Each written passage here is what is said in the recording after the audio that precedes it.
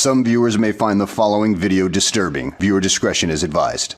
Hey everyone, welcome back to Board Games Unlocked, and today I'm doing a discussion over the Valley of Kings, which was a game that was pretty much always recommended to me for its uniqueness in the deck building genre. And I gotta say, I can't argue that it isn't unique. I mean, this is the premium edition, and that comes with surprisingly, like, a lot of room for storage. And the game, at least my copy, came with ways to sleeve it, and so there came with the base game and then the 2 expansions for that.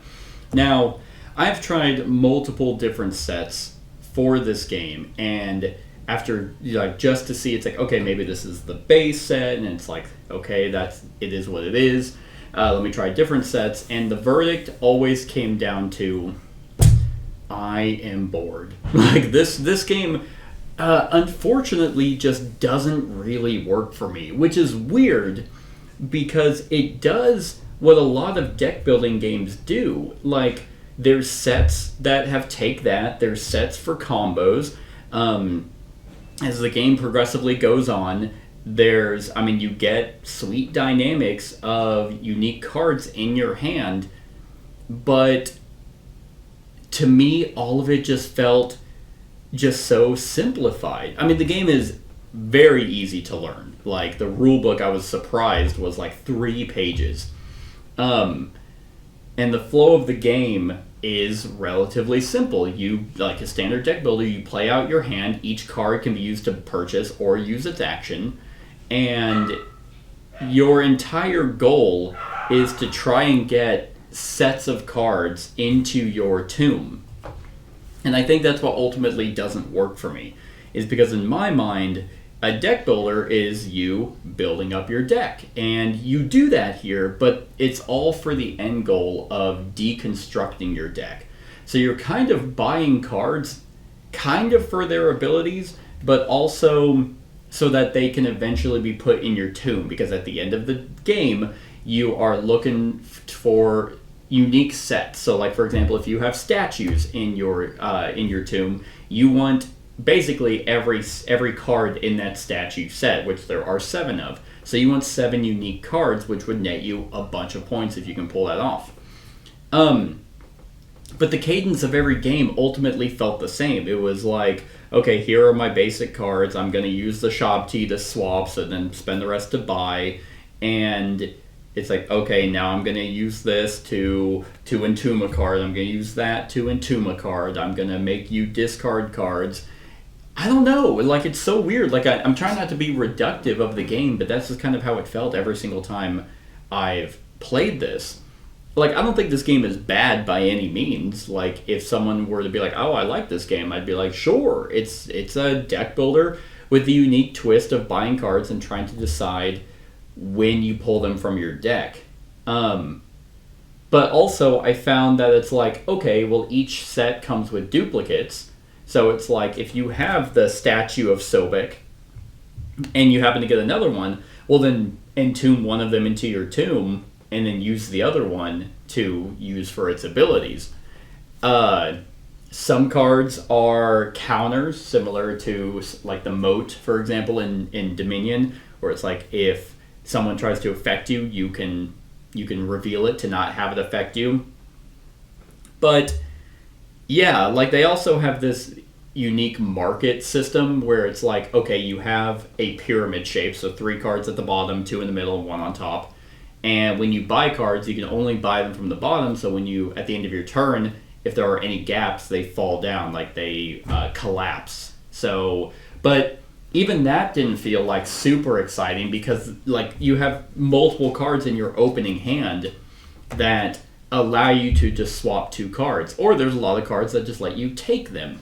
So it's like, well, the collapse mechanism doesn't really matter a whole lot because you have so much leeway and manipulation over the pyramid that you can kind of just get any card you want. And, like, they have, like, different levels of cards. So, like, the level 2 and level 3, like, you have to just shuffle the level 3s together and then the level 2s on top.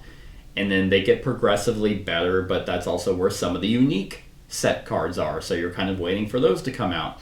There are cards. I mean, like one of the combos that I had in the last game I played was it was like, oh, entomb the top card of the stock, and the stock is basically the market deck. So you just grab it and entomb it. Your top deck entombs, and then it's like, okay, that was an action. I have another card that lets me repeat an action that I just took this turn. It's like, okay, so I'm gonna do that again. Like, to me, whenever you're thinning out your deck in a deck builder, you're getting rid of the basic cards in your hand. You're still doing that here. Like, the starter cards are worth a point, so when you entomb them, they actually give you something. And then you're just left with, like, the really good cards. But here, it's like you don't really look at the cards kind of for their action. At least I didn't.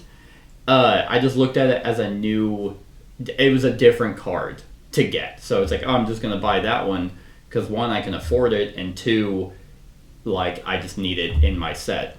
Now, I will say, one of the recommended sets that they give you is, like, the Take That element. And even then, like, for a Take That, it really isn't that, like, mean. Like, it kind of did a unique set of Take That I've seen in another deck builder called Dale of Merchants, where it was like, you weren't, like, stealing cards from your opponent. I mean, there were some where it was like they had to put a card in your discard pile, but it was a lot of you feeding them cards. And what's interesting about that, or making them discard, which is kind of standard. And what's kind of unique about that in this game is if you're making them discard cards, then that means that they don't have actions to entomb them. So you're kind of forcing them to just kind of keep cycling through their deck instead of thinning it out like you want. But there's also cards that let you do deck manipulation. So if it's like, okay, like, you're going to make me discard cards, well, I'm going to play this card that lets me entomb the top card of my discard pile. So it's like, thanks, that worked out for me. And I got this game because I knew it had a bunch of different cards, and I love games where it's like, take this, and this, shuffle them together, and then this is going to be your type of game. And the game comes with recommended sets from different designers, and I think that's really neat. But yeah, like, I don't know why this didn't really work. Because, like, for example, like, Dale of Merchants is kind of a deck deconstructor, and the whole point of it is to kind of thin out your deck so you can eventually make out your stall. But this game just weirdly, like, I just found myself kind of bored each time I've played it. And I was like, I really want to try different sets. Maybe that it'll work out for me. But it doesn't. It didn't really. Like, and even then, it's like luckily you don't have to find cards that let you entomb. Those are just actions you can take to let you entomb more. Because on your turn, you could always entomb. And I mean, there's some cards that let you manipulate your tomb, like, hey, swap a card from your hand with a card in your entomb, and that could be really good if you somehow get duplicates in there. That's like, ooh, hey, there's two of the same card in my tomb. I kind of really want to use one of them. I'll play this card that lets me pull it out and put something unique in. But yeah, that's the goal, and which is weird because I could again say, well, all you're doing in Dominion is looking for ways to get more money to buy the Providence. Yeah, the Providence. And yet, for some reason, Dominion just works for me. Like, I feel like I'm doing a bunch of combos in Dominion, but here it's like every once in a while I'd get a good combo. Or it's like, oh, haha, I'm going to play this card that makes you discard a card. Or it's like, hey, I'm going to make you discard down to 3. Oh, I don't have a way to negate that discard down to 3. Cool, I'm going to make you discard a card. And then they have to do it, and it's like, I'm going to repeat that action, make you discard a card. And now you only have one card left. Like, they definitely have, like, those elements in here. So I don't know what it is. Like, I cannot put my finger on... Maybe it's just my headspace, the way I'm thinking about each card. Because I should like this. I should like that each card has, like, kind of multi-use. Well, they do. Every card has an action on it, which is nice. And they have a purchasing power on it, which is nice. But it should be interesting, because there's other games that utilize something similar to that. Tyrants of the Underdark, Evenfall, and Elysium. All are card games. Well, Tyrants of the Underdark is like an area control deck builder. But all have elements of deciding when you want to move cards out for them to not be used anymore. And all of those games I love but here I think the biggest reason is none of the actions, I think I'm figuring it out. None of the actions felt super powerful, so it's like there was never really a card that was in my deck that I was like upset to put in my tomb, because it was like, oh man, this card's really good, like, do I want to get rid of that forever because there's nothing in here that lets me remove them from my tomb? Do I really want to get rid of that, or do I want to keep using it? Like, yeah, maybe the Ibex statue that's like just entomb the top card of the stock. Yeah, that's good, and it typically will work out for you. But, like, cool, I just take the top card of the market deck and put it away, and then it's like I'll look at it at the end of the game. Yeah, and all those other games, there are like, man, this is really helping me. This is right in my engine right now. And but it's worth a lot of points, and the game's about to end. When do I put it away? And this is just like, yeah, I'll just keep feeding it. One thing that is weird about this game is there's nothing in here that prevents you from ever just wiping your entire deck or hand. And that is fascinating, because that's kind of a nice element of the game that I do like, is that you can, if you just entomb nonstop, then you're going to be done before everyone else. Like, there is a chance that you will not have enough purchasing power to purchase cards, because there's no, like, there's no gold or copper or silver or things like that where you can just be like, well, I can't buy anything, I guess I'll buy that. That helps you buy cards later. There's none of that.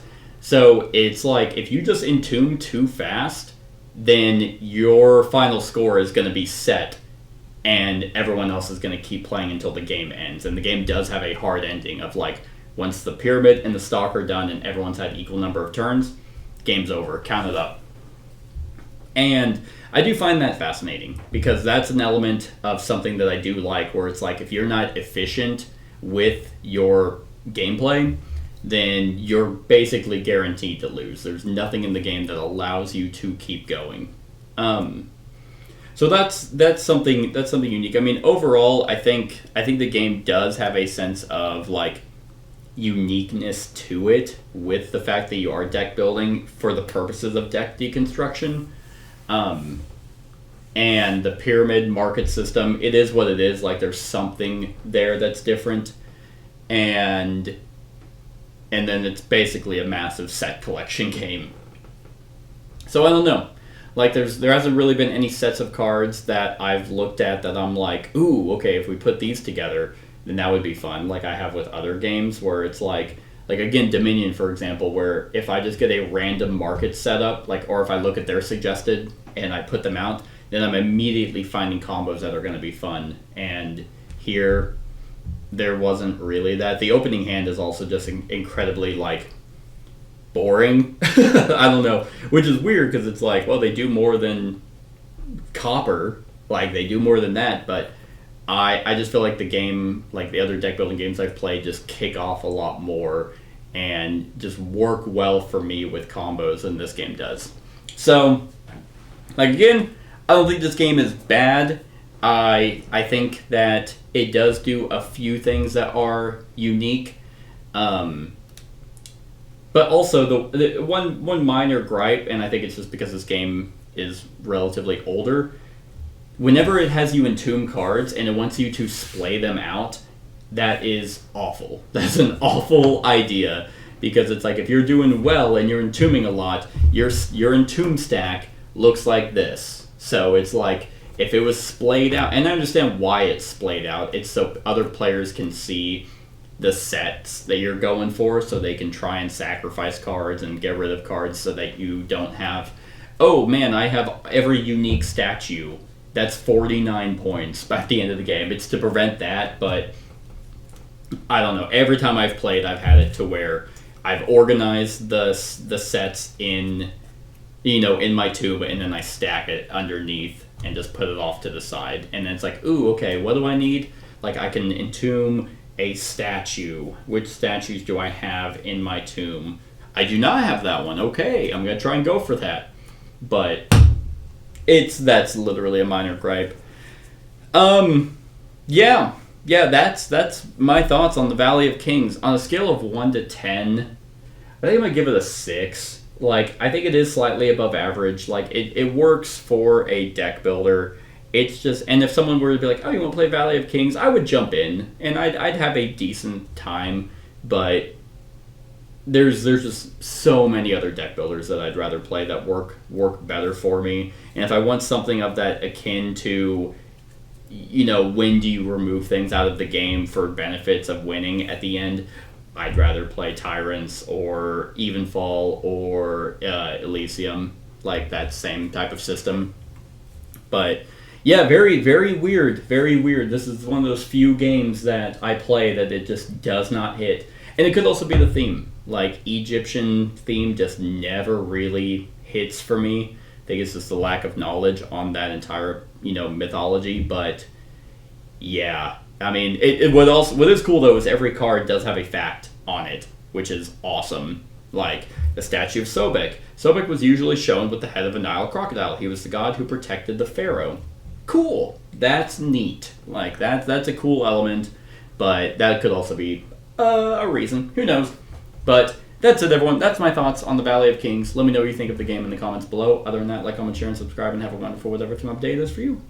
Hey everyone, thank you for watching, and I really hope that you enjoyed the video. If you would like to see more of my content, go ahead and click that subscribe button and the bell to be notified whenever I upload any new content. If you feel like supporting the channel, you can go ahead and click that Patreon link to be taken to my Patreon, and any help is truly appreciated. Other than that, stick around for any other run-throughs or reviews or cool top 10s or whatever I feel like putting on. Other than that, like, comment, share, and subscribe, and have a wonderful whatever time of day it is for you.